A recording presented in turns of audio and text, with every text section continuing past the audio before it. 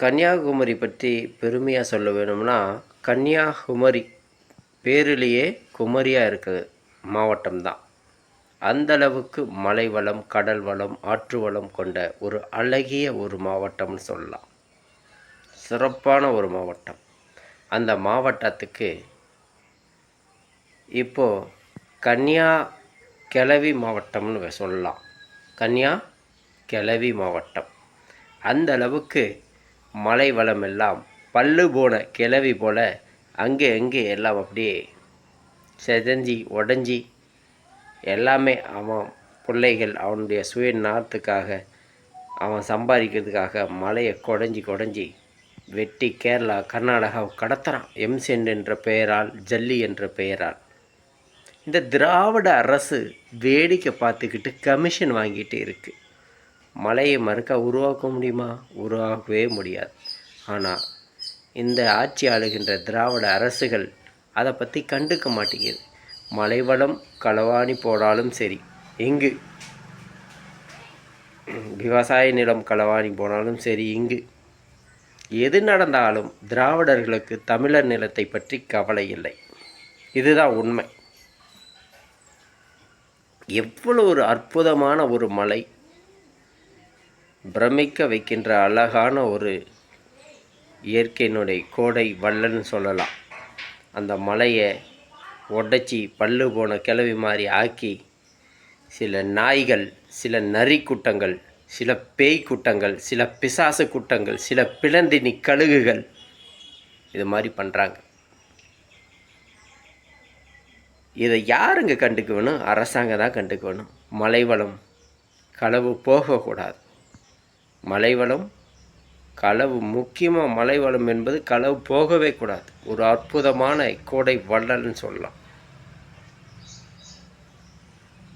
மலையே அத்தாபெரிய மலையே கிரனைட் வெயிலால் சொல்லிட்டு ஜல்லின்னு சொல்லிட்டு எம்சென் பெயரால் அத்தாபெரிய மலையே தோட்டா வச்சு தகர்க்கிறான். எல்லாமே கன்னியாகுமரி மாவட்டம்லாம் போய் சுற்றி பார்க்க போங்க. அங்கங்கே மலையெல்லாம் பல்லு போன கிளவி இருக்கும்.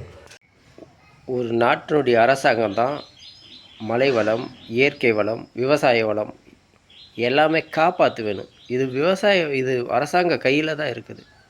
இவங்க தான் காப்பாற்ற வேணும். ஆனால் இவனுங்களே என்ன பண்ணுறானுங்க? லஞ்சத்தை, கமிஷனை வாங்கிட்டு இந்த திருட்டு நாய்கள் என்ன பண்ணுறாங்க? மலையை அத்தாபெரிய மலையை அப்படியே உடைச்சி தகர்த்து எறிகிறானுங்க. என்னங்க தமிழ்நாட்டில் அங்கே ஒரு இடம் கூட, எந்த பக்கம் தமிழ்நாட்டில் சுற்றினாலும் கிரனைட் கோரி தான், மலையை வெட்டுறான், மலையை களவாடுறான். என்னங்க இது தேசம்? இது இயற்கையை பொக்கிஷமாக பாதுகாக்க வேண்டியது அரசாங்கத்தினுடைய கடமைங்க. இங்கே என்ன பண்ணுறானுங்க? அரசாங்கம் என்ற பெயரால் கமிஷன், டெண்டர், ஊழல்னு வாங்கிட்டு நீ எவ்வளோ வேணாலும் மலையை வெட்டுறா, எனக்கு மாதம் கமிஷன் வந்தால் போதும்னு சொல்லி தான் இதுதான் நடந்துட்டுருக்குதுங்க. இந்த திருட்டு பையனுங்களை 50 வருஷமாக நம்ம மாறி மாறி தமிழர் நிலத்தில் திருடர்கள், திராவிடர்கள் ஆட்சி செஞ்சு ஒன்றுமே பண்ணல. நீ படித்த இளைஞர்களுக்கு தான் வேலை வாய்ப்பு தர மாட்டேங்கிற. மதுவை ஊற்றி கொண்டு மது தான் முக்கியத்துவமாக நீ நடத்திட்டுருக்கிற. உனக்கு மது இல்லைன்னா ஒரு மயிரும் தெரியாதுங்கிறது எனக்கு தெரியும். ஆட்சி செய்ய தெரியாது. படித்த இளைஞர்களுக்கு வேலை வாய்ப்பு இல்லை. மலையை களவாடி போகிற, விவசாய நிலத்துக்கு எதிராக பேசுகிற. என்ன இங்கே நடக்குது? தப்பாக ஆட்சி செய்கிறான். அவனையே மீண்டும் ஓட்டு போட்டுட்டு இந்த திருட்டு நாய், இந்த தமிழக மக்கள் சில பேர் தப்பாக ஆட்சி செய்கிறவனுக்கு ஓட்டு போட்டுட்டு இங்கே எல்லாமே சந்தி சிரிக்கின்றது சட்ட ஒழுங்கு.